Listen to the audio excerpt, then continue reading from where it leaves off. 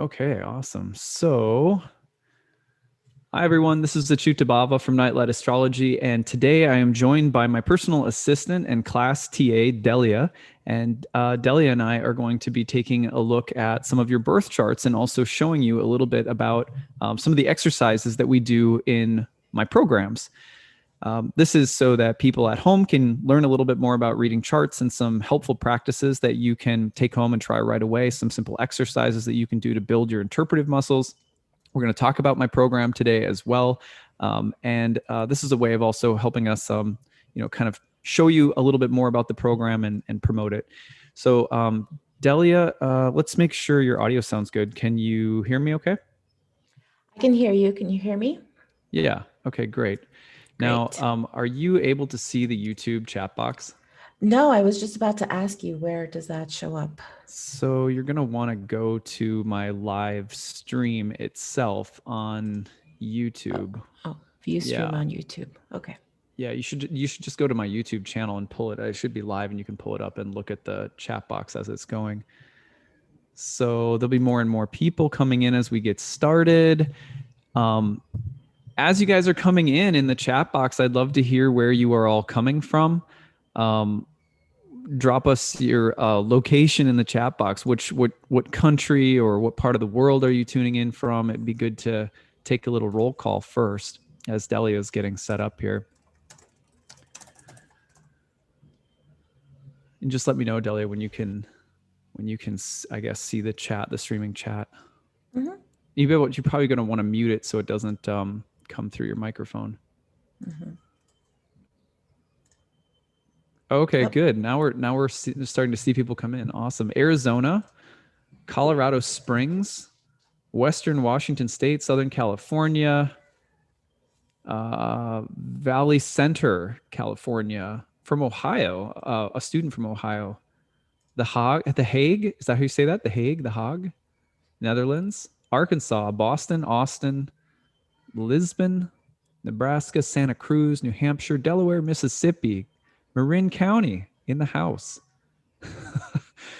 Louisville, Portugal, Iowa, Idaho, El Paso, Detroit, Michigan, Texas, a couple from Texas, Germany, Spokane, England, Germany, Istanbul, East Tennessee, New Jersey, Indiana, Iowa, Colorado, Florida. Wow, awesome. So happy to see all of you guys here today.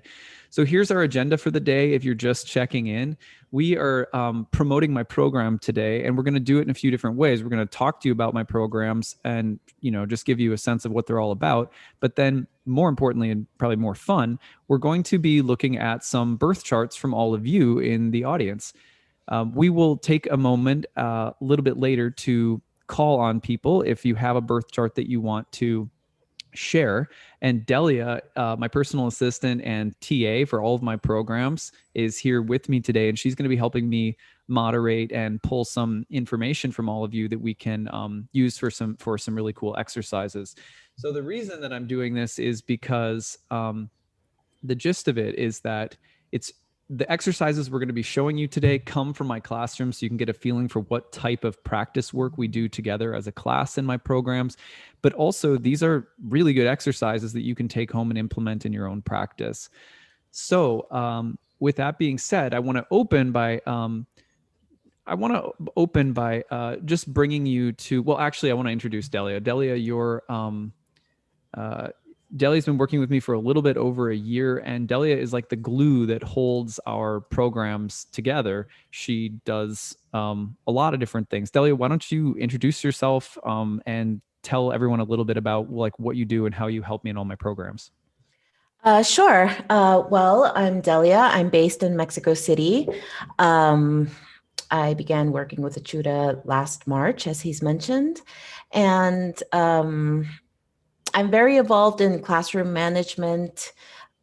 You'll be hearing a lot. You'll be getting to know me a lot if you sign up for one of the courses, from enrollment to being in the class and helping to moderate the live classes, helping make sure that the students are all set up with the materials, answering technical questions you guys may have, and a whole bunch of other boring admin stuff behind the scenes as well that you guys don't really care about hearing about.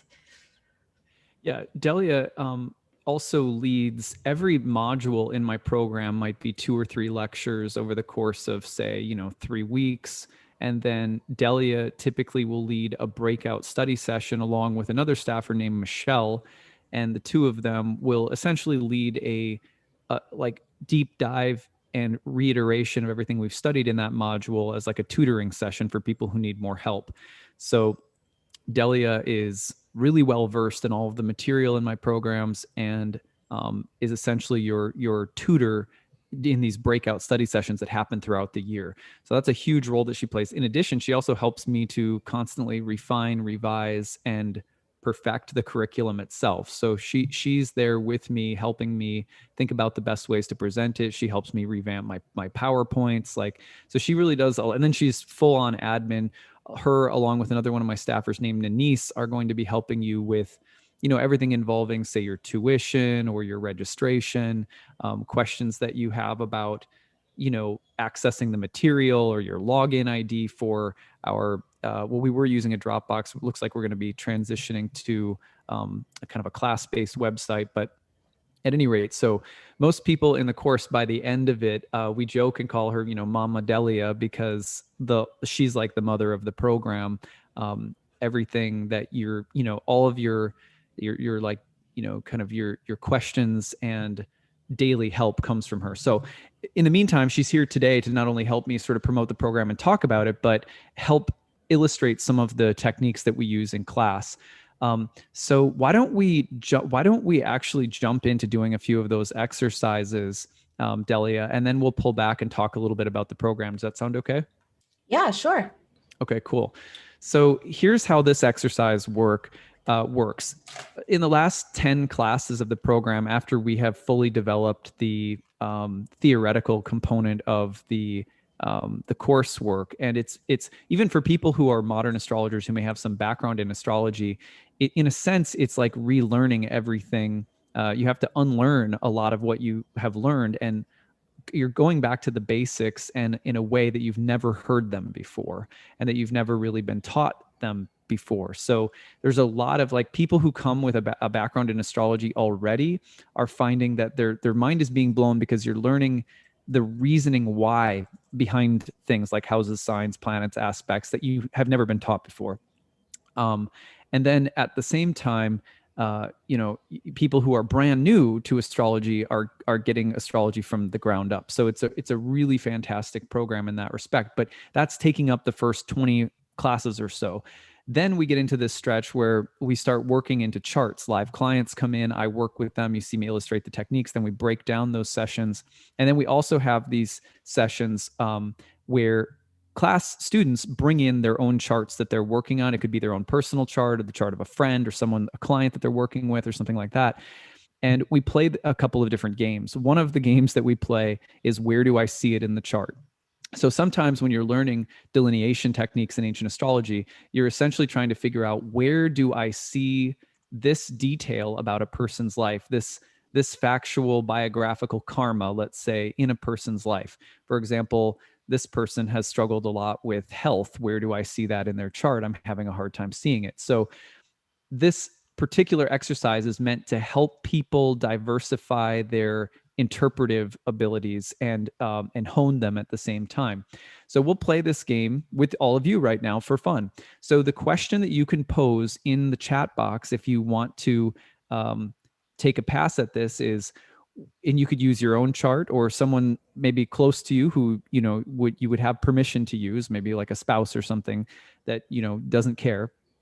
But the question that you can ask is, where do I see X element of this person's life? So some fact or biographical event in their life, or something that they are really good at, or something that they struggle with, or where do I see it in the chart? And you give us that question along with the birth information. We'll pop it up and we'll show you where you can see it in the chart. So that's the question. But it has to be just two parts. You need the birth info, and you also need where do I see this particular thing about this person or myself in the birth chart. Does that make sense to everyone? Does that make enough sense, Delia? Should I add anything to that? Yes, I'm getting a lot of birth info in the birth chart in the chat box. Sorry.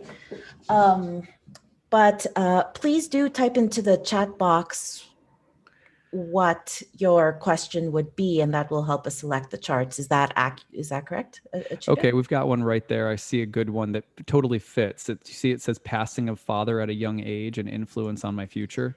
Yeah, Okay. palmistry. Okay, cool. We're going to use that one first. So can you give me that birth data and just a first name if there is one? Palmistry, I if think you it says could. Palmy, I think. We're just going to call her Palmy. Palmistry. Okay. What's the data? February 12th, 1996. And the time? 12:30 p.m. And the place? Canton, Ohio. Okay, perfect. So I'm going to read that back and just make sure I've got it right. So February 12th, 1996, 12:30 p.m. in Canton, Ohio. Do I have that correct? Correct. Okay, great. Name is Ashley. Oh, name is Ashley. Okay, good name. It's my wife's name. I'm fond of that one. All right, hold on. Let me just, I'm just going to put Ashley in here. Okay, so I'm going to pull this up on the screen now. And essentially what we're going to do is what we do in class, which is to show you where that element of the life karma in the chart is located. Can you see this on the screen now, Delia? Yeah, we have Gemini rising, Ashley. Is that correct?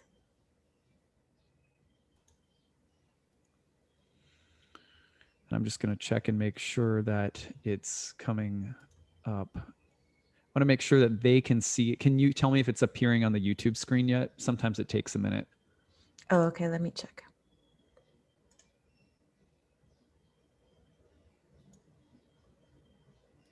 Sometimes it'll just be like a black screen. I don't know why it does that.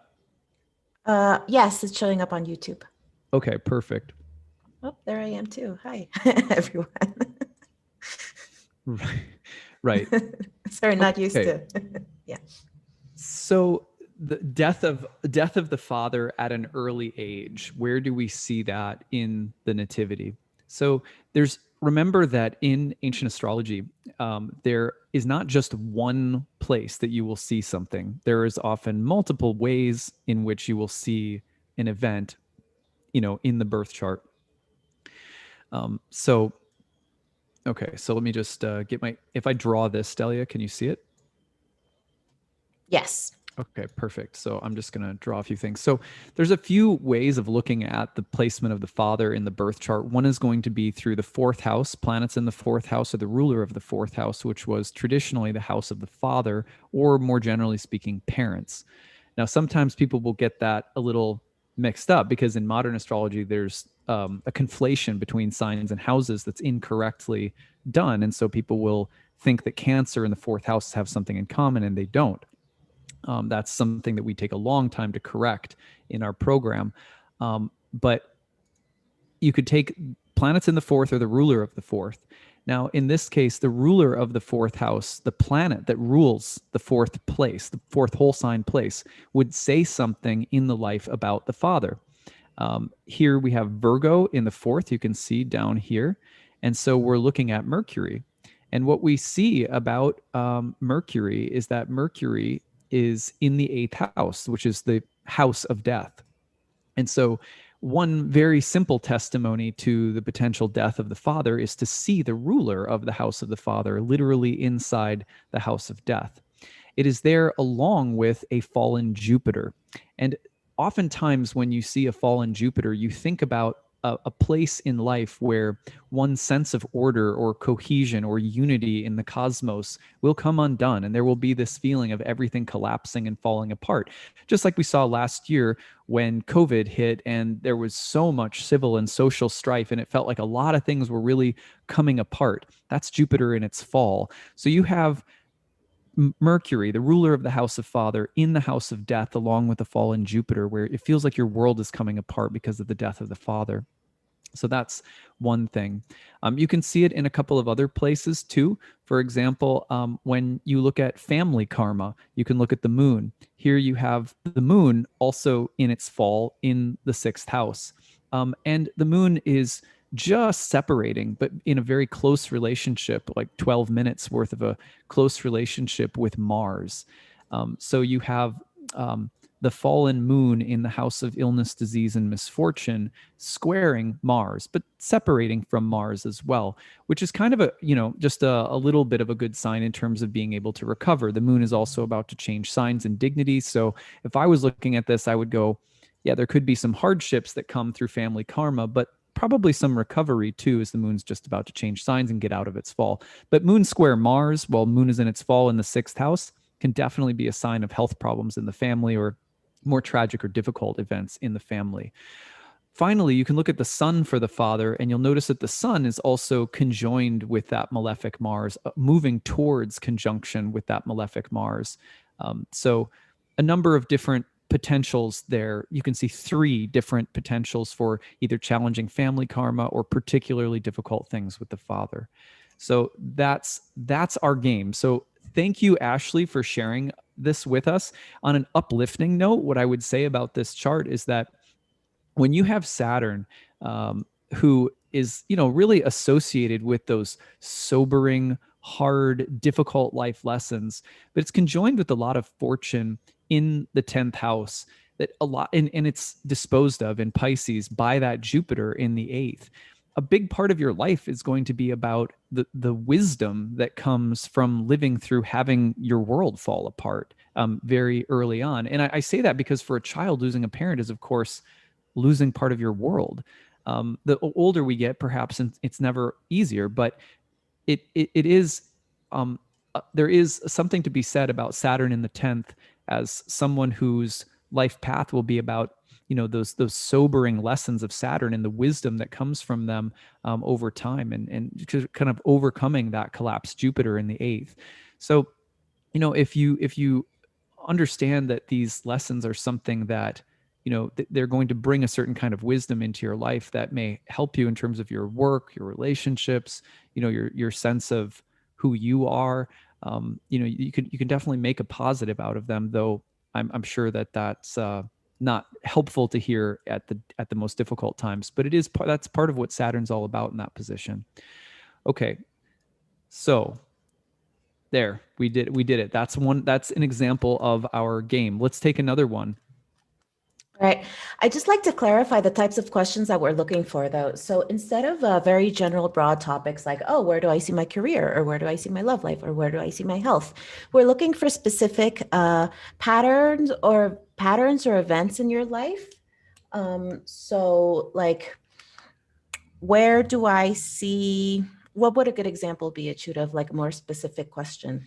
A more specific question would be, exactly like the one that we just had, which is basically, where do I see this element of my life, this aspect or event in my life? Not so much, I can't do like a question that would require a full analysis. What I'm trying to do right now is just illustrate for people a technique and an exercise that can be used to develop your interpretive skills. Where do I see this part of my life in my chart? Where do I see this pattern in my life that I've experienced over and over again in my chart, so that you can learn identification skills? This is one of the exercises that we do in class. Okay, I've got one for you. First name Terry, Terri. Okay, hold on just a second. Okay, Terri. Mm-hmm. Okay, date of birth. 3/18/65. March 18th, 1965. 11:35 p.m. Uh-huh. Marion, Marion. Okay. Ohio. Perfect. I've got a Scorpio rising. What are we looking for? My father was an alcoholic. Why do I always find myself in relationships with people with some addiction? Well, the part of the question that we can address here is, where do we see that dad might have been an alcoholic? That's the piece that we can address in terms of, why do I get into relationships with people who have addiction problems, too sensitively and, like, to adequately address that, we would need to, I would need to spend some time with you and with your chart. So I can't do that part. But what I can say very briefly, just from having family members who are in 12-step programs and Al-Anon, and some family members on both my wife and my side who have addiction problems, is that we seek out what's familiar to us. The patterns that we're exposed to often reiterate themselves in the relationships that we have. And I mean, I would highly recommend for people who grew up with an alcoholic family member, to go to something like Al-Anon. I think that's a great place to start unpacking some of those things a little bit more. But what I can do is try to identify, okay, where does, dad as alcoholic show up? Does that make sense, Delia? Yes. Can you see the chart here, Delia? On Yep. YouTube? Yes. And Okay. yes. Okay, perfect. So in terms of looking, again, we're looking at father stuff. I guess today is Father Day. We're looking at father stuff today. So you can look at the fourth house or the ruler of the fourth house for information about the father. You can look at the moon for family karma. And again, you can look at the sun. Those are typically the three places to start your inquiry when it has something to do with the father. Remember that sometimes it's the accumulation of several different testimonies in the chart simultaneously. Okay, so that being said, notice here that we have Saturn as the ruler of the fourth house, which is the place of father. So Saturn's going to stand in like an actor on the stage and represent father. It's not that Saturn always represents fathers. It's that Saturn rules the house of father and therefore offers its oracular testimony to the nature of karma related to father in this lifetime. So when you have Saturn in the fifth house, now it's co-present with Venus and the sun. We're just going to kind of push that off to the side for now to keep this a little bit simpler. The fifth house was called the joy of Venus, and it is the house of pleasure and pleasant things. So pleasure or pleasant things could mean children, pregnancy, sex, romance, going to a fun restaurant, going to a sporting event, going out to a dance club. Sometimes it's associated with sports, sometimes associated with romance, creativity. But it's the house, generally speaking, is Venusian in the sense that it's about beauty, pleasure, fun, romance, sensuality, and pleasing things that bring us joy or happiness. It's called the house of good fortune too, because typically it's a place where you enjoy things or good things that you enjoy come to you somehow. So when you have Saturn as the ruler of the house of father in that house, there is going to be, and often I've seen this more times than I can count, whether it's for you as a person or some other person in your life, a spouse or a father or something else. If planets in the fifth house, especially Saturn, will often refer to problems that people have with pleasure. So there's two extremes that this will usually express through. The one extreme is going to be, I don't have fun, I don't have pleasure, I'm repressed, I'm pent up, I tend to be kind of tightly wound or restrictive, or almost like there's a stigma, there's guilt or there's shame around the body or around pleasure or around sexuality or something like that. Or there's troubles getting pregnant, or you never know. But so sometimes Saturn is going to represent a difficulty when it comes to having fun or pleasure or sensuality.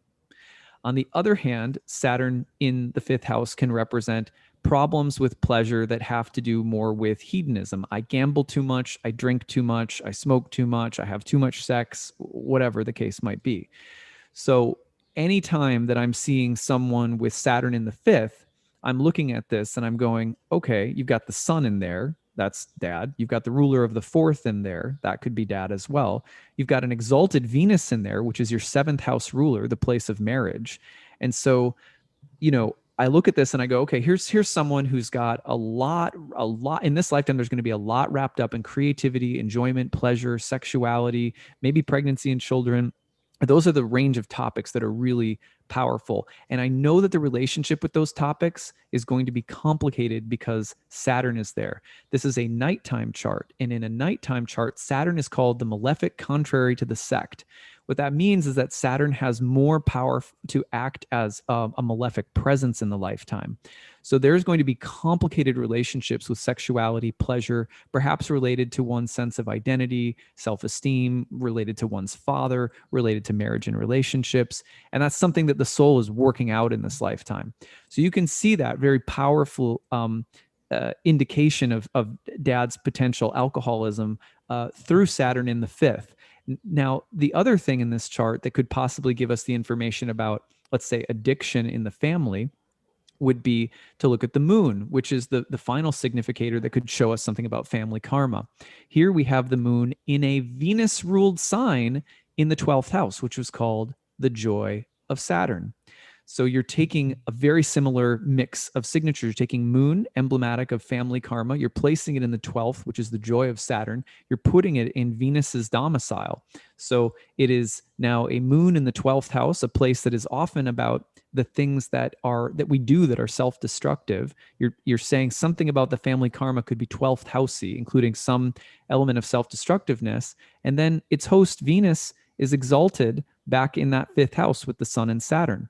So this is where we're talking about, were there love affairs in the family? Were there betrayals? Were there problems with money or pleasure in the family? Were there secrets around desire in the family? Or were there, hidden patterns like alcoholism? So you can see it in a few different ways in this chart. You could also look at the fact that Saturn, when Terry, when you were born, was also moving through into an opposition with Mars. And that would require a little bit more analysis than I have time for right now, but that's another piece that's pretty interesting here. So, and these are obviously just off the top of my head, right? But this is the kind of interpretive ability that we want you to build in my programs, to be able to look and to have tools to know which topics, which planets, which houses to look for and how to interpret them. And we practice this kind of exercise so that you build the ability to look at a chart and quickly identify what kinds of life events in what places, how do you see them? And then in turn, you're honing your interpretive skills. So it's a great exercise to take up for yourself in practice as well. Just get the charts of people you love and go, where do I see this fact that I know about their life? Now, on a positive note, Terry, I would say that you're finding the right relationship with creativity, with the goddess, with pleasure, with beauty, and making sure that it doesn't get sort of Shakespearean. Think about that Venus-Saturn placement that you have in Pisces. It's an exalted Venus, but it's a pretty malefic Saturn. You know who else had that? Was Kurt Cobain. And he had these, very, very intense codependent relationship dynamics in his life that often were encased with, addiction. And that was part of, many people would say, led to his demise. So, you have to be very careful with that placement and look for what is healthy, stable pleasure and connection look like for me. Connecting to the creative center of joy and creativity and sensuality without it being anything that gets into Saturnine territory, where there's underlying hurt or angst or depression or anxiety, or repeating of past life or past karma of some kind that's taking you off track somehow. So that's just part of the work of your chart. And I just tell people all the time, they're like, will it get better? Can it get better? And the bottom line is, as astrologers, we don't know. We know that, here's what we do know, is that you have free will. Your free will put you in the situation, and the free will get you out of it. So that these destined events are changing all the time, depending on how our consciousness changes. So if we change our consciousness, then our relationship to that karma generally improves.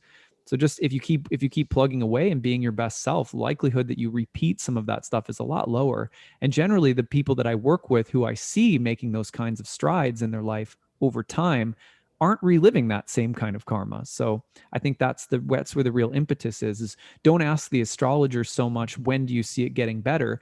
Ask the astrologer, when do you see more opportunities for me to work and grow through this pattern?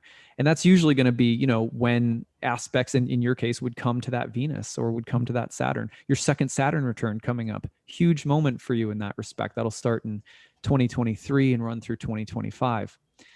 So, okay. Thank you so much, Terry, for opening yourself and sharing. I hope that was useful. Let's do one more, and then we'll talk a little bit more about the program, and then we're going to do some transit readings for people so you can see what it's like in my second year program, what kinds of transit techniques and forecasting techniques I teach, and some really quick and simple tools you can use to build your forecasting abilities at home. But use this exercise, by the way. Sorry, Delia, before I say more, use this exercise at home. Pull up 10 charts, write down the biographical details of those charts, and then spend time trying to figure out where it is in the chart and be as simple and concise as you can. And if you see it in a couple of places, try to locate the one that is most strong and obvious, because sometimes people, you'll find 3 or 4 different ways the chart might be pointing to the same thing. But you really want to try to focus on where is the single most clear and potent example of this event or theme in the life. Okay, I have a question for you from Rob. My father died when I was young, and I am responsible for taking care of my mother. We are dependent on each other. How does this show up in my chart? Good question. We're really on the topic of everyone's dad is dying today. Sorry. Good questions, guys. But wow, this is so heavy. Okay, so what's the date for Rob's birth chart? 10/09/86. October, what was it? 9th. 1986. Rob, if you're still in the chat, could you please confirm if that's month, day, year? If it's because in Latin America, we write the dates and the months, we flip them, and it could be either way. So what was the time, though, just so I can get in? Right, yes. 7:25 p.m. And place? CAGUAS. So wait, CAG? UAS. Puerto Rico. Puerto Rico. Okay, so yes. Do we have explanation from him if they sorry, I'm losing my thought. He says the date is correct. Okay, yes. So it's October 9th, 1986, 7:25 p.m. in Puerto Rico. Yes. I don't Caguas, Puerto Rico. Okay, so I was not going to try. I was like, no, I'm going to just sound like a fool. All right, here we go. Okay, can you see the chart on the screen?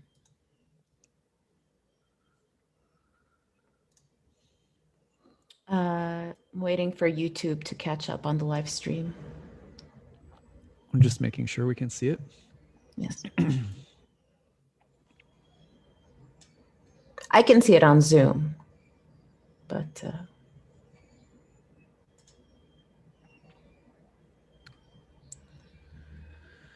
there we go. Yes. Okay, perfect. So the question was what again? I'm sorry. I just want to make sure I have it right. My father died when I was young, and I am responsible for taking care of my mother. We are dependent on each other. How does this show up in my chart? Right. Okay, that's a good one. That's a tough situation, and props to you for doing that. Just for sacrificing, I'm sure, a good deal of your life and your energy to helping. I'm sure there you couldn't imagine doing otherwise, I'm sure. But anyway, so where do we see that? Well, first of all, it's right here. So we see you were born in ancient astrology. There was a practice when you look at a chart, and I'm going to just show everybody this really quickly. This is something we talk about in my programs, more in the year 2 program. Let's just make sure. Yeah, so I'm going to animate the chart. So prior to your birth, it is incredibly important that you look at the most recent new or full moon that happened prior to the date of your birth. Ancient astrologers looked at this as, the prenatal lunation. Where were you at in the lunation cycle when you were born? And then what was the most recent full or new moon prior to your birth? And that would become a point of interpretive value and focus for ancient astrologers. So here, the really important thing here is let's back up your chart to look at the prenatal lunation. And what you can see here when we do that is that your prenatal lunation was a solar eclipse in the 6th house of misfortune. Accidents, injuries, death can all be a part of that, right? So you have the sun, the image of father, being eclipsed about a week prior to your birth. And that's a very powerful omen that we would study as a way of understanding that the totality of the sun and moon symbolism in your chart. So you, not only that, but the sun was in its fall in the sign of Libra in the 6th house of misfortune, and it was a solar eclipse. So that's your prenatal lunation. That's part of the trajectory of your karma. You always want to look at that. And again, that's something we talk a little bit more about that in my 2nd year program because it's a bit more advanced, but it's very important in your chart. So also, it's not just any eclipse, it's an eclipse with Ketu, who is the south node. I tend to use the nodes of the moon from the Indian standpoint, for the sort of Vedic astrology standpoint. The south node of the moon has to do with disembodiment. It is in the Bhagavad Purana, the Mahabharata, that tell the story of Rahu and Ketu. It's a demon who tried to steal the nectar of immortality from the gods. He gets his head cut off in the process. The nectar stays stuck in his throat. That's Rahu. The severed body is Ketu. Ketu will often represent disembodying events. Like, for example, people who do a lot of drugs and kind of fly out of their body, or people who might meditate or take to a spiritual path. It could kind of go either way. But it also has to do with just diminishment of worldly or bodily health or things. So if you have south node stuff, can make you, like, for example, if you have the south node in your 8th house, that can be a fantastic placement for eliminating debts, because the south node tends to reduce things that are worldly. So if you have other people's money in the 8th house and south node is going through, one of the things that can happen is your spouse's money can dry up, or you could start paying off debts and the money that you owe other people starts vanishing. So when you have a south node solar eclipse 1 week before your birth with the sun in its fall in the house of misfortune, you're seeing this diminishment of the person or figure of your father in your chart. So that's how we see that. That's a very powerful example of it. So now what I want to do is go back to your birth chart. Hold on just a second. I got to switch views here.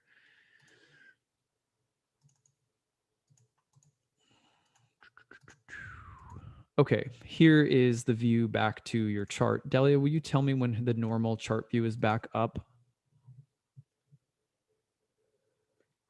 It'll probably lag on YouTube for a minute.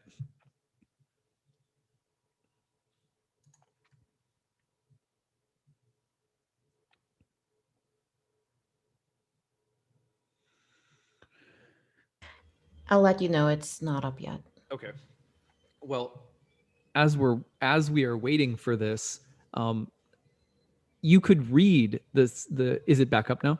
Yes, it's up. Okay, great. You could read. I mean, I went to the prenatal solar eclipse in the 6th with the south node. That's a huge deal.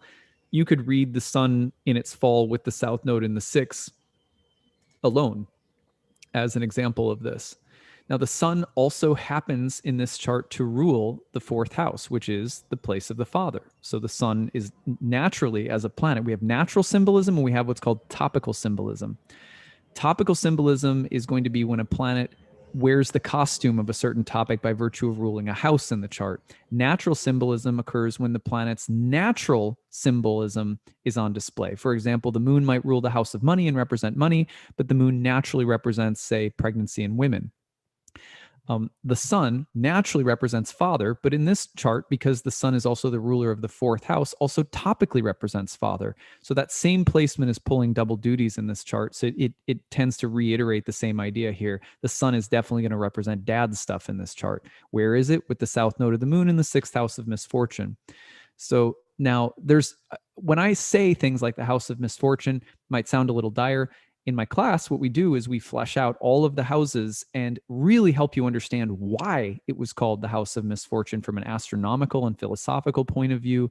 and what the virtues of that house are as well. How can you help clients extract something good from that, which we'll try to do here for Rob in a second.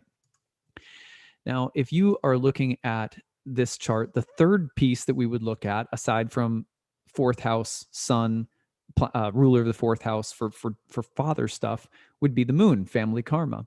And here we see the moon in its exile in the ninth house, and it is disposed of, meaning it's hosted by, you could say, Saturn, who is in the eighth house of death.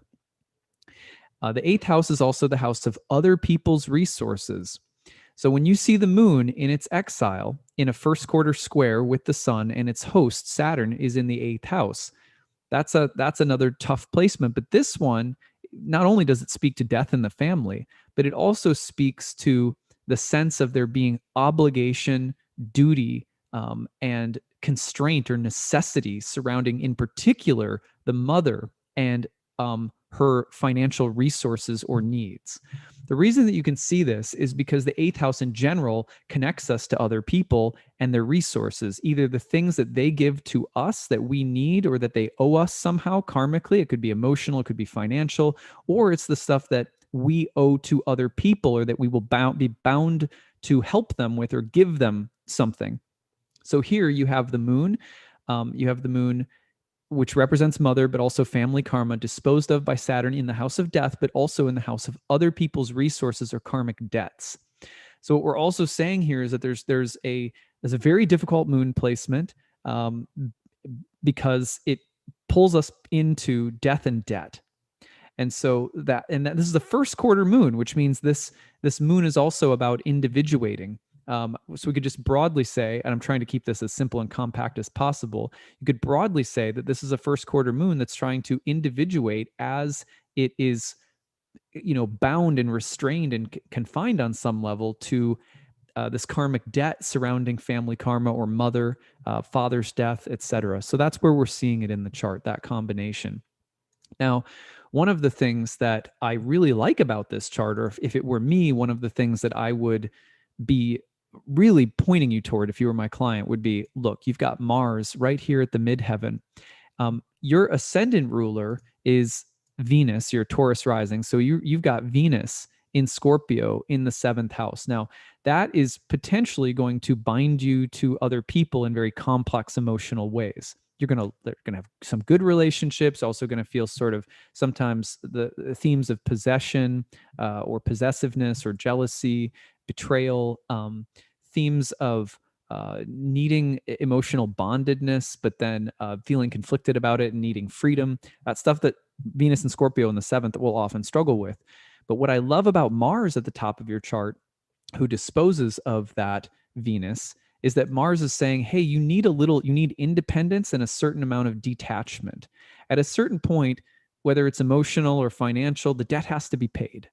And you have to move on and become more strong and independent, in the world. Maybe that's something you've done already, but I would look at this and go, look, your Mars is calling out, saying like, be strong, be independent, be careful not to get too sucked in, whether it's in love or with mom or whatever. I mean, you can love these people, you can serve them. There might be karmic reasons for those debts that are there until they're there. But listen to that Mars, who is also going to be calling you to be strong, independent, make your own way in the world, etc. I know this is, it's sort of cliched. It's sort of an embarrassingly simple way to talk about a really deep conversation that could probably be had, but I think that's the gist of it. Does that make sense, Delia? Absolutely. Okay, good.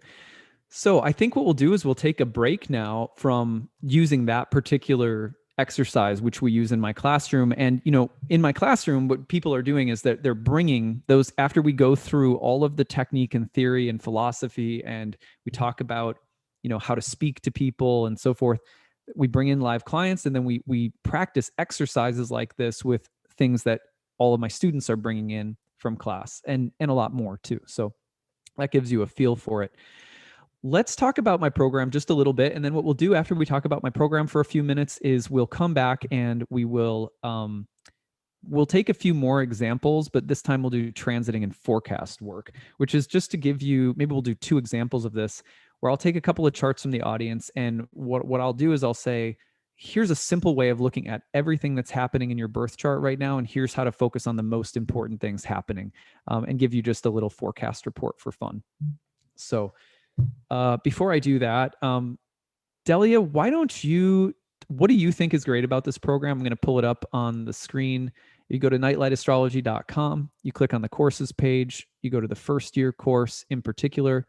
The first year program starts in June, on June 13th. You've got a number of different payment options, which we'll talk about in a minute. But Delia, why don't you start off just talking about what you love about this program, who you think it's good for, what's it all about? Sure. Well, there's a lot to say. And I just want to remind everyone, I'm very, very intimately acquainted with this program. I've gone through it myself. I'm an alumni of it. Plus, I redid visuals for the year one program in addition to moderating and moderating the live classes and hosting the study sessions. So just to say that you can really trust my judgment on this as someone who has been through it from your point of view as the student, and also from someone working behind the scenes. So I think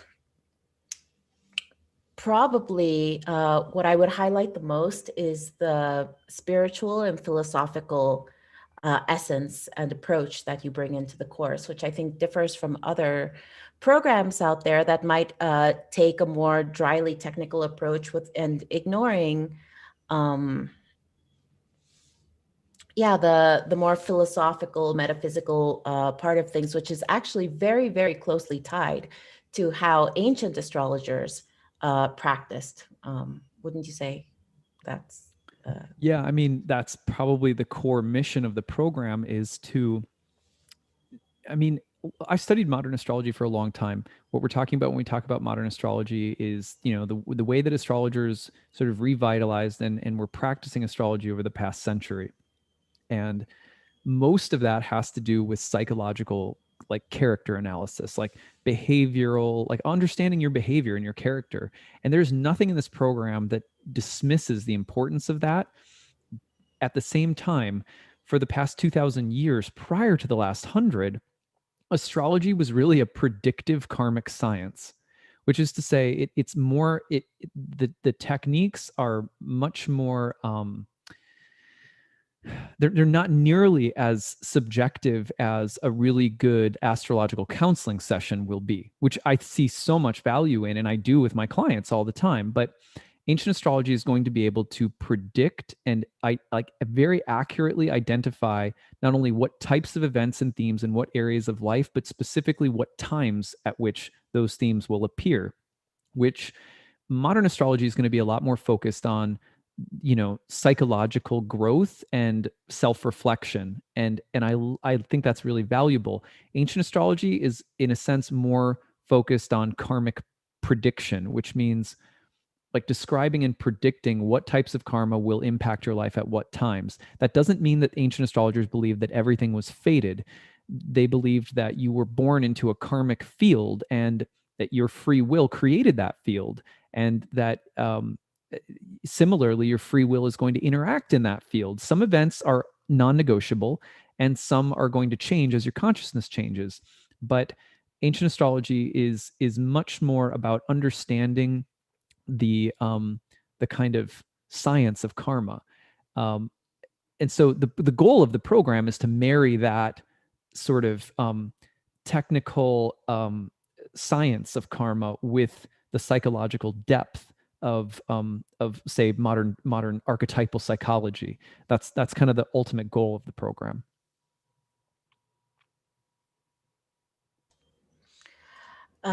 Yes. And something else that I really enjoy about your program is how methodical and intentional the organization of the program is. So we often get a lot of questions. We say, I already have some knowledge of astrology. I've taken a look over the curriculum. I already know a little bit about planets, houses, signs, etc. Um, is this course still appropriate for me? And the answer is absolutely. It's not a course that's only designed for beginners, but it's also really good for intermediate students who already have some knowledge about astrology, who want to deepen or broaden their understanding of it, especially if they're coming from a background of modern astrology and haven't studied Hellenistic yet. So, also for people who have been involved in a lot of self study, which is really common in astrology, if you haven't had the benefit of a formal course, then this will be really good for you because, like Achuta, he builds up the knowledge so intentionally and the topic so that by the end, like you really get to where you need to be in terms of what you know. So it helps you deepen your understanding and it helps fill in the blanks if you have any gaps in your knowledge. And yeah, I think that's what I have to say about that. Thank you, Delia. Yeah, I mean, like for example, a simple example is that most people will have an understanding of why, like Venus represents this or that, but they don't have an understanding of why. Why does Venus represent love and harmony? Why, like, where does Venus play a role philosophically in the entire cosmology and like worldview of ancient astrologers? And when you know that, you know something that's much deeper than the list of things that you learn about Venus in say, a modern astrology book. For example, a textbook, you might know that Venus represents love or beauty or women or, something involving creativity or something like that. But until we understand where Venus was placed in relation to Mercury philosophically, where Venus was placed in relation to Jupiter philosophically, or Saturn, or all of the other planets. It's like realizing when you study ancient astrology that the system of ancient horoscopic astrology is this cosmological and philosophical mandala, and everything is very intentional. Um, and the more you learn that, the more that you start developing the skeleton key for the underlying rationale behind things. Now, I know that the third house is related to siblings, for example, or I know that the fourth house is related to my home, but I don't know how or why that ever became a thing. It's not because of Gemini or Cancer. There's not a sign conflation that we use with the houses. There's astronomical explanations for it. Why is Aries related to Mars? Why is Scorpio related to Mars? Why are there two different signs related to Mars, one feminine and one masculine? All of these things, when you understand why they're there, you have an intuitive access to those symbols in a chart that makes you both more flexible, more concise, more organized. It's studying ancient astrology hasn't taken anything away from the psychological and mythological characteristics of modern astrology that I loved, but it has made me a much stronger, more organized, and like clear chart reader. And so that's why I think people who have studied modern astrology but haven't studied ancient astrology can do nothing but benefit by going back and kind of unlearning and relearning everything from this ancient ground up. At the same time, people who are just starting, it's the best place to start because you really don't have to unlearn any bad habits that are kind of the unfortunate byproduct in modern astrology of the modern astrologers not being in touch with. It was only in basically the 1990s that we got in touch with the earliest source texts of our tradition in the English language for the first time in a very long time. So the astrology that we had wasn't bad. It wasn't playing with a full deck of cards. Now we have that. So it's like, how much better can your astrology get if you know something already, but you go back and learn that? And again, for people who don't know, it's a great place to start. So I think let's talk about the structure of the program, and then we'll go into doing some forecasting examples. The structure of the program is that there are 30 classes on the year. They tend to be about 2 to 3 hours each. So you're probably coming in by the end of the program with close to 100 hours worth of live classroom material. Now, all of those classrooms are also recorded. So, typically we'll have a few hundred people in class registered for the class. And then the live class might be half of the amount of people registered because a large amount of people who study are studying remotely, which means they're not there during the live readings because of a job or kids or schedule or whatever. So they're taking their own time to watch the recording of the webinar, sometime during the week. You have 2 years within which to take the program, watch the material, take a certification exam if you want. It's optional. So after every module gets done, which is typically about 3 weeks or so, then there's a breakout study session, which Delia leads. Do you want to talk just for a second about what those are like? Sure. The study sessions happen on the same time and using the same joining link as a regular class. It's absolutely included in your program. There's nothing extra that you need to pay. You don't need to sign up or anything. All you do is show up. And I lead those, so Achuda is not present. And it's a more kind of casual, informal environment where basically I recap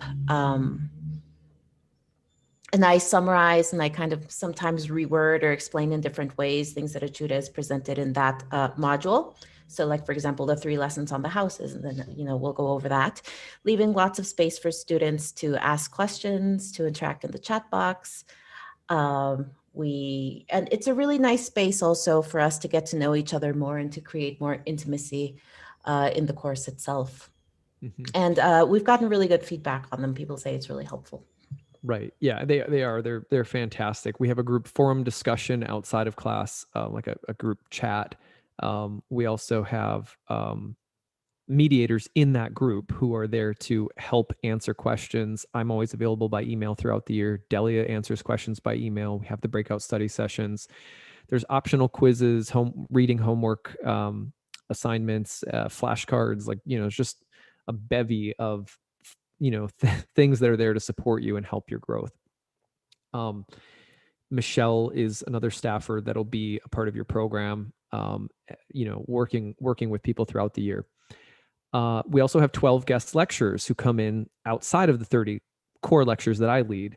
Those 12 guest lecturers are talking about a wide variety of topics. Like we have someone coming in this July talking about second Saturn returns when you're closing in the end of your 50s. We, all sorts of topics that we have guest speakers come in, and those, even if you can't attend the live event, we make them open to the public, but you get to keep the audio video recording of those. So that's kind of a bonus in the program. Yeah, I think with that, let's shift back. We've said a lot about the program. I will just flash it up on the screen one more time. Go to nightlightastrology.com. There you can go to the courses page, first year course, Ancient Astrology for the Modern Mystic.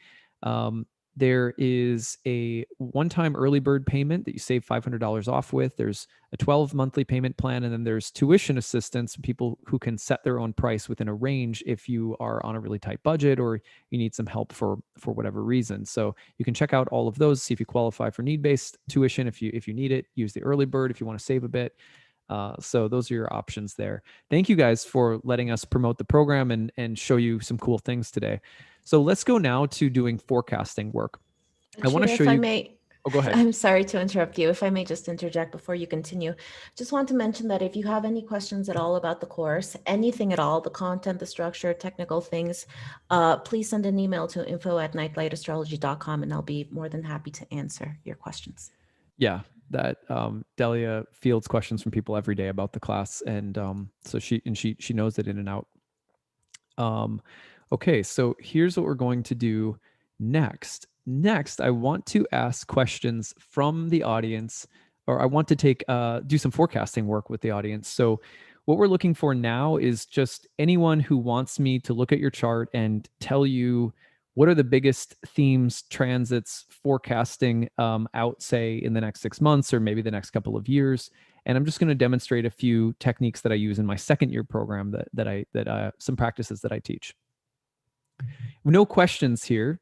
I don't want any specific area to look at, just volunteered birth data, and we will tell you what looks like it's coming up in your life.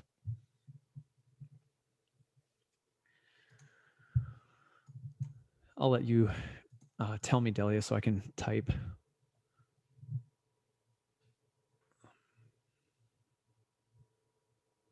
You're on mute. There you go. Okay, here I am. Okay, here is one. Name is, I think I don't know how to pronounce this. I'm sorry if I get it wrong. Jael or JL. I don't know. It's Jael. Okay. Date is January 18th, 1985, Time 8:30 a.m., and place. Los Angeles, California. Okay, so just reading it back one more time, I've got January 18th, 1985, 8:30 a.m. in Los Angeles, California. Is that right? Correct. Okay. So here is what I'm going to do. I'm going to put it up on the screen first. I'll wait for Delia to tell me that it's up before I go. Yes, we can see it on screen.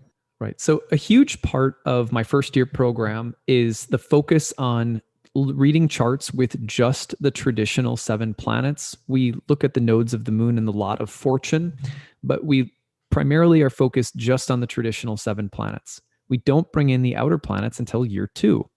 And so a huge part of year 1 is completely, if you've already studied astrology, is completely revamping and really deepening your understanding of the traditional 7 planets.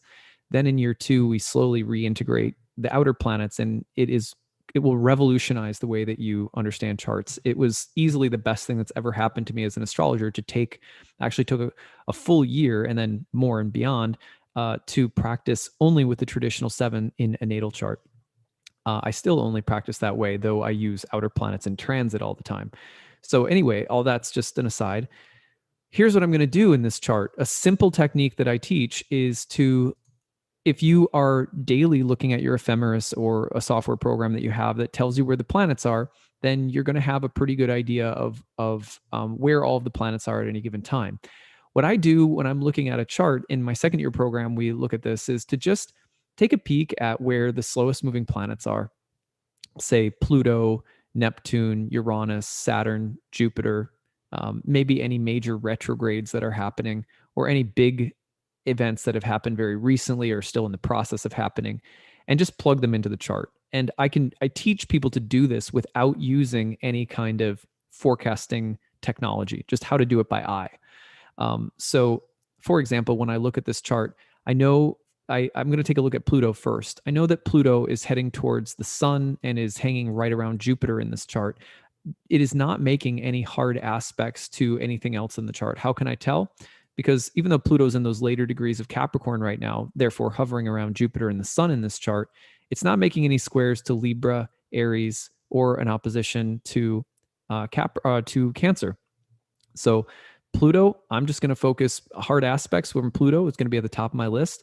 A conjunction to Jupiter and the sun is happening right now. I'm going to go down to Neptune. Neptune is in the early 20s of Pisces, right about here. It's not going to get back to that 18th degree of Pisces. It's already passed over it. It has no squares to anything currently in Sagittarius or Gemini, and is opposing nothing in the birth chart in Virgo. So nothing really major going on from Neptune. It's a pretty slow moving planet. Eventually it will hit a square to the moon here, but in a reading where I might be focused on the biggest transits most immediately coming, not at the top of my list. It's going to a couple years off compared to what Pluto's about to do with the sun. So I'm going to sort of just push that one to the side. Let's say I go down one more to the planet Uranus. In 2018, in May, Uranus entered Jael's 4th house. I hope I'm pronouncing that correctly. And has been, the ingress might have been a big thing to talk about in 2018. But right now you can see that Uranus is not squaring anything natally in his chart in either Leo or Aquarius or in the 10th house with Scorpio, and is not going to do so anytime soon. I'm just looking at hard aspects. So Uranus, not at the top of my list. I'm going to go down to Saturn. Saturn is in the 1st house right now, just had a Jupiter-Saturn conjunction in the 1st house around the winter solstice of 2020. Saturn in an angular house is sort of a big deal. It's not making any major aspects in the chart by virtue of being in Aquarius, not hitting anything in Scorpio at the moment, nor in Aquarius, nor in Taurus, nor in Leo. So if I had to narrow it down, I would say, look, Saturn in the first house, that's a pretty big deal. Big deal that you just had the Jupiter-Saturn conjunction in that first house. Also a big deal that Pluto's coming in around your sun and Jupiter right now. But otherwise, those are the only two transits that stick out to me in terms of just the major stuff happening right now. If I go down one more level to Jupiter, I know that Jupiter is just crossed the ascendant and is about to pop into the second house between mid-May and late July. I know that it'll spend a good amount of time there next year. The reason that that's significant is because the second house is the financial house and Jupiter is very empowered in Pisces. So those are the three things that I have now derived from a quick take through the slower moving planets. Let me show you in review. Pluto conjunct Jupiter and the Sun between now and 2023. Let's say, let's go to Saturn in the first house until 2023. Oh, by the way, Pluto in 2023 will ingress into the first house. Let's add that. Pluto will ingress into the first house in 2023. And Jupiter about to enter second house, well dignified. So that's my list. Okay. Now, if I'm depending on what type of service I'm offering, my analysis is going to be more robust. But let's just say for the purposes of scanning a chart for a friend, or maybe taking a look at it for me or my wife or my kids or something, like, you can do things very quickly when you learn the right techniques of knowing where the planets are and how to plug them into the chart, and knowing what to prioritize.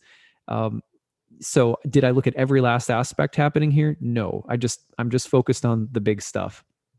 I could also look at the eclipses happening in his chart this year. There's lots of other things, and there's tons of other techniques that I teach, but this is one of the simplest and quickest ways that you can just gather a bunch of information and then delineate.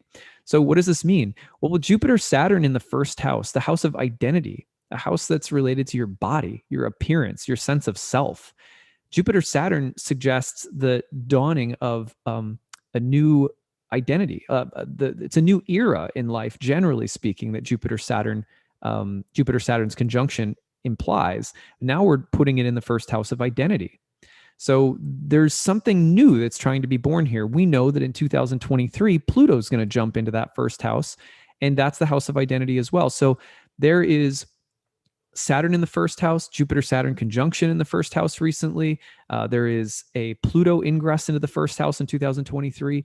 I look at this and I go, either health, body, mind, or sense of identity is going through a major transformation. Some of it's going to be hard. Some of it's going to entail looking in the mirror at oneself and saying, where do I need to grow up? Where am I having to take on more responsibility right now? Saturn. Where am I growing wiser? What do I have to say no to?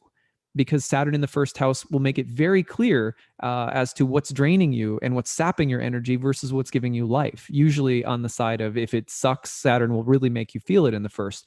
That could also carry over into your health, your body, or your lifestyle.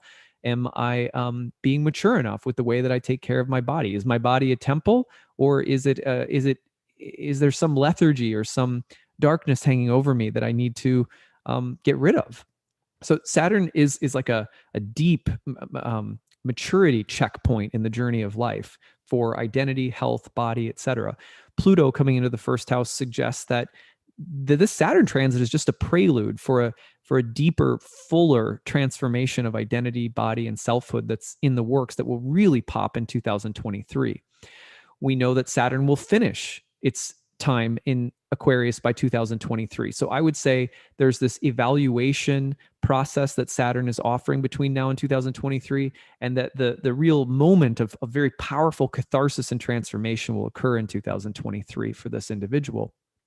Then I look at the fact that Pluto is going over the sun, and it's going to do so next year in 2022, and it'll continue to do so in 2023, right before it ingresses into the first house. The sun in the 12th house can be, as it's related to the 7th in this chart. You can see, for example, that Leo is in the 7th house. So you could very easily say that this Pluto transit over the sun and the identity crisis implied by the Jupiter-Saturn conjunction and the Saturn transit between now and 2023 will entail this process of death and rebirth in relationships, perhaps connected somehow to paternal karma or to dad's karma? Are you going through a death and rebirth in relationships and identity simultaneously? Does it relate somehow back to the figure of your father in your life? Those are questions I would ask a client, not necessarily predictions I'm making, but those are potentials here. So I'm going to be asking questions about that in a reading. Now, Pluto going over the sun can also generally call into question in the 12th house whether or not one feels seen and validated, or if one feels obscure, because the sun in the 12th house will sometimes be a symbol of someone who's trying to find their way in life, who feels a little obscure or unseen or hidden from sight from other people, or who feels unsure about themselves or what they're here to do.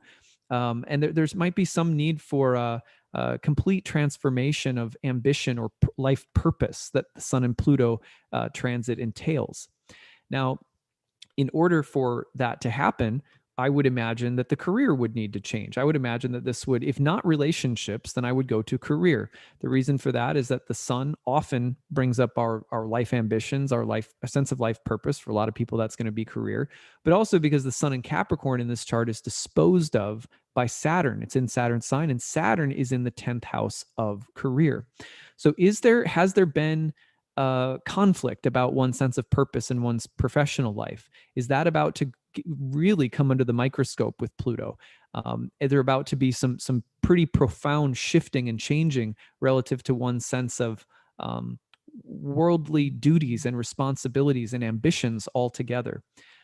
So Pluto working over that sun will bring all of that up. And Saturn in the first is evaluating the same thing, as Saturn in the first house is also essentially going through a square to Saturn in the 10th. So you have the ascendant ruler, Saturn, representing a person's sense of individuality, and it's in the 10th house of career.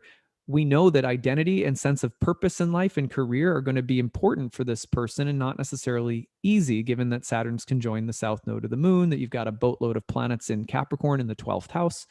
Unless this person were to work in, like, a prison or the medical industry or in a helping profession of some kind, I would lean toward an individual like this really having to do deep work to figure out what gives me a sense of meaning, purpose, strength in the world, conviction that I'm doing things that matter, that I'm being seen and recognized. And this period with Saturn squaring Saturn is also a way of saying that's being evaluated right now. And then Pluto comes over the sun, pops into the first. So there's an identity rebirth here around purpose, mission in the world, career, and it could easily come with promotion or growth or greater responsibilities and stuff like that. But it's also like it's very existential. It's really about digging deep and going, what do I like? What do I want? What do I don't want? And I would say that this process is happening between now and 2023 with a tremendous catharsis right around 2023, where the process, it leads to some very noticeable changes, probably in career. Though with the sun ruling the 7th, maybe there's some tie into like marriage or relationships at the same time. So that's the quick analysis. And I know that for people listening, like I'm going really quickly, that's going to feel like a lot. But notice how incredibly simple the delineation technique was up until I started translating all of it and taking my list of transits and then putting words to it. That part takes time and practice. But the ability to see where is the action at, where is the focus, what's the big story happening right now in this chart, you can do that very, very quickly once you learn how to plug planets in and prioritize which types of aspects and transits are happening, where and when.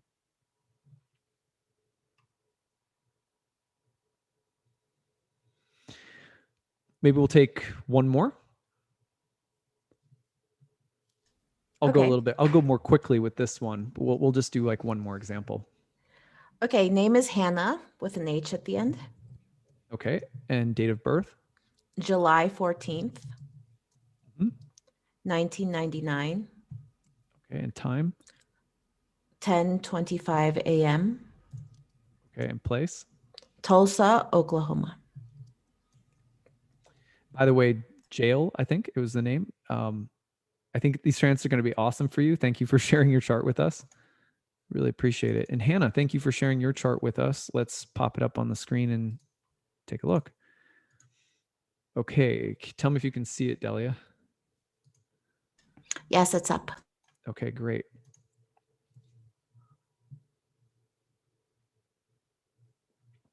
All right, let's do this one more immediate, a little bit more, less of a big macro picture.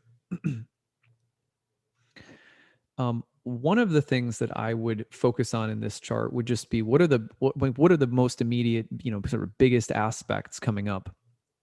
And I go, oh, well, look, Saturn is opposing your moon, and Uranus is square to your moon. So your moon's getting rocked right now by Saturn and Uranus. That's the first thing. The second thing is that you're about to have a major Mercury retrograde along with a solar eclipse in your 10th house, and then 2 lunar eclipses in your 4th house. I think those are significant eclipses because they're happening in angular places. If you have Sagittarius or Gemini in your 1st and 7th or 10th and 4th, either direction, the eclipses are in very potent places in your chart right now. So, in terms of your between now and say the end of June, there's a lot of action in your career house. The solar eclipse on June 10th, Mercury retrograde at the end of this month, that'll be hanging out there for a good portion of June. The sun in there, Venus is in there right now. So between now and the end of the June, I feel like there's some real doors starting to open for you around your professional life, new people, new opportunities. I mean, things that will have a long-term significance or impact. They don't always appear right away, but they might get started, or a seed might be planted that lasts for quite some time. So this would have started maybe even about a year ago, this process, when the eclipses first started happening in Gemini and Sagittarius. And all I'm doing right now, by the way, in this technique is the same exact thing that I showed in the first one. I have in my mind, I have memorized the eclipse dates for the year, or either that or I'll have them handy on my desk so that I know where they are and what signs that they're in, because then I can plug them into any charts that I'm working with. I also know where all the planets are, and I can very quickly identify which planets in the natal chart are getting hit by which planets in the sky. I teach people to do that in, probably about 6 hours worth of classroom content or something like that. And it's a skill that you can forever have, and you never have to rely on, you can use like more advanced forecasting programs and things like that, but it's a really simple way to do like a quick take on a birth chart. Now, the eclipse happening in the 10th house, that's June. A lot of like a new door opening. Sometimes eclipses, they plant a seed, solar eclipses, that takes a while to grow. So give it like 6 months from June to the end of the year. Watch as new things are appearing and growing in your career house. I like the look of that for you right now. There could be some revisions, reversals, changes of how you're doing things with the Mercury retrograde in that career house right now. But yeah, overall, I really like that. Then if you go to the 4th house, you got an eclipse on May 26th of this month, and then December 4th. So the May 26th eclipse is a lunar eclipse. December 4th eclipse is a solar eclipse. And that points to some pretty significant changes happening around the place of home environment, where you're living, your family members or family karma. So some big shifts in those 2 houses this year. And I would watch for those effects to be happening from late May through basically the end of the year. Maybe even early beginning of next year. So, May 26th into June, July, watch for changes around home, family, etc. And then again, December is a bit more about something new taking place, whereas late May here is about something reaching its culmination or completion around home and family. Now, those 2 transits are, those 2 events this year, the eclipses in the 10th and the 4th, are very impactful in these houses in particular, which is why I'm mentioning them. Now, if you look at Saturn and Uranus hitting your moon, that's a different story. So let's talk about the moon in the 12th. First of all, the moon in the 12th could refer again to family karma. Saturn and Uranus on the moon are going to, let's just put it really simply, they're going to involve usually more challenging and very dynamic, sometimes unexpected or disruptive changes happening relative to family, home, living environment. The moon also can represent body or health of yourself or family members. It can also, Uranus can bring sudden moves or sudden changes or disruptions to that kind of more vulnerable field of the moon. That's not an easy transit for the moon. Saturn opposing the moon is not necessarily easy either. It can have to do with feelings of emotional separation, abandonment, like when a person is suddenly forced out of their apartment and they have to go find a new place and they don't feel like they have a place to live, they don't feel like they have a place to go. That's often a Saturn moon transit. But also just feeling like you need some distance or healthy solitude, or a space in which to reflect and gain healthy perspective, perhaps in relation to your living environment, your home or family, or family karma, but also reflecting on your sense of value, worth, pride. The Leo moon, is going to bring up questions of self-worth when Saturn is opposing it. And so that could be a deep meditation right now about self-worth, and also perhaps the challenge of saying, like, I don't care if everyone likes me or not. I'm going to do something or say something or pursue something no matter what anyone thinks. Saturn in Aquarius opposing the moon in Leo will often help the Leo moon just care a little bit less about how well loved or liked or appreciated it is, and take some healthy risks. There's a lot more that could be said, but those two transits, Uranus and Saturn, are really hitting home on your moon this year, and a bit into next as well, especially in the next 2 months. As that happens, also not uncommon for there to be, bigger, more powerful changes around your emotional, psychological, or physical health. It doesn't have to be anything tragic, or so you don't have to get scared about it. But like, that's a heavier transit to deal with mentally, emotionally, and physically. If you're having trouble sleeping, or you're just more anxiety or more lethargy, or just kind of feeling like there's a lot of heaviness or responsibility or duty around you, if the desire to break free at all costs is there, but there's also responsibilities and duties pulling you back, that's par for the course with these transits. At the same time, like I said, this could easily not be so much about you, but about your living environment, family karma, your mom, or something like that. So I would pay attention to those things as well. Okay, so sorry if you guys heard the doorbell ring. I don't know. I have my wife, or our babysitter, will probably get it, so it's not something I have to go and do right now. But those transits to the moon are intense, and the only other thing I would mention, I guess, is that the moon's rulership over the 11th house could also mean that, relationship to friends or communities or groups, and the feeling of being involved in something versus being excluded from something, or questions about insiders versus outsiders in different groups, or even in a workplace, that could come up with Saturn opposing your moon as well. Anyway, those transits are a big deal in your chart right now, along with the eclipses. So I want to do this one just a little bit more quickly, so I apologize, it's not quite as in depth, but I hope that was interesting for you. And again, what did I do in that case? I literally just plugged in the most impactful transits to natal planets from slowly moving planets making hard aspects. And I can do it by memory, and I teach my students how to do it by memory. And then plugging in the eclipses, which is also something I teach people how to do. And all of that forecasting work comes into my second year program after people have really learned the ropes with, like, sort of hardcore ancient delineation techniques. You just learn how to read a birth chart and learn all of the philosophy and so forth.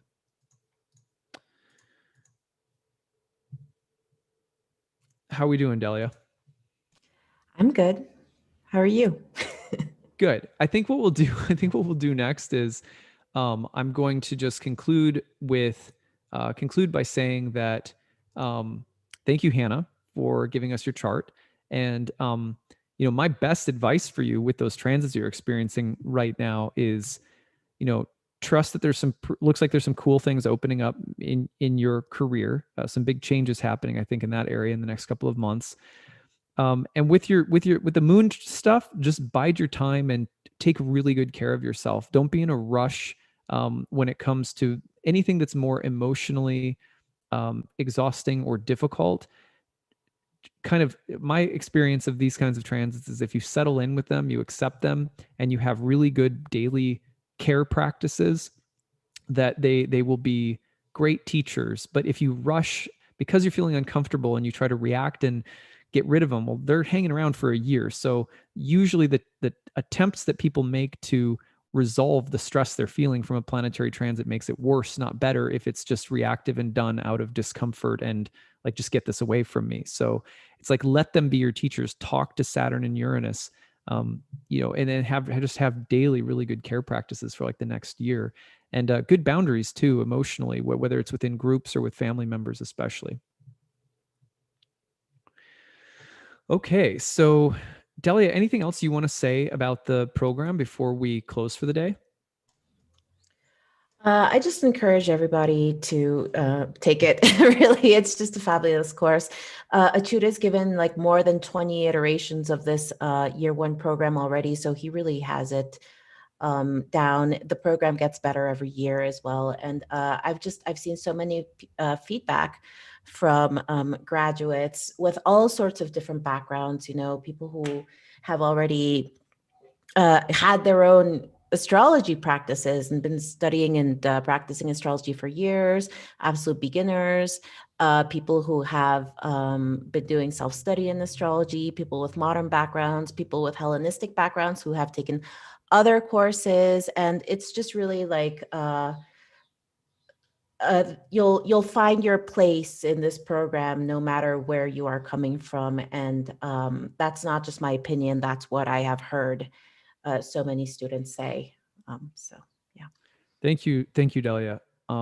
Yeah, the thing about the program that Delia mentioned earlier, just to reiterate, is that so much of the program is also about understanding what kind of spiritual practice this is.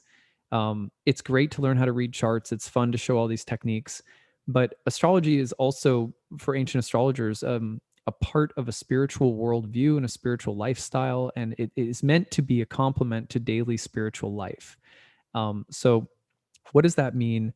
How do these techniques, kind of gently push us actually to adopting, lifestyle patterns and habits, and a lifestyle that's really supportive of us and our spiritual growth and development. So we spend a lot of time talking about the underlying spiritual reasons for doing astrology, the lifestyle of the astrologer.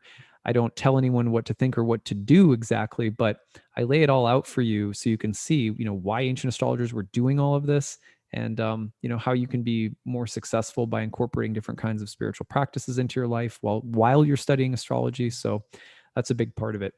Well, thank you everybody for giving us some opportunity to talk about the program and to play with charts today with you guys. I hope you enjoyed it. Thank you for tuning in. If you have any questions, feel free to email us. Delia will be there to help. I'll be there to help. You can email info@nightlightastrology.com. And, we'll probably try to do some more of these practice sessions going forward in the future, because I know that there's a lot of people who also can't, for whatever reason, they can't take a course right now. And, if that's you, then hopefully you learn something good from these practice sessions as well. All right, well, that's what we've got, and we will see you again shortly. Be back tomorrow for more unpacking of planetary transits. Take it easy, everyone, and thanks, Delia, for being here today. Take care, everyone. Bye bye. Okay, bye, everyone.